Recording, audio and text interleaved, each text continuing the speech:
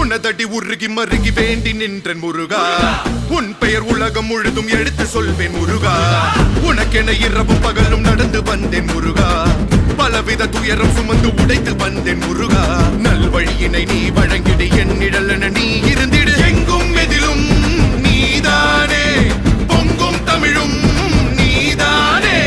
கந்தா கடம்பா கதிர்வேலா, சங்கடம் தீர்க்கும்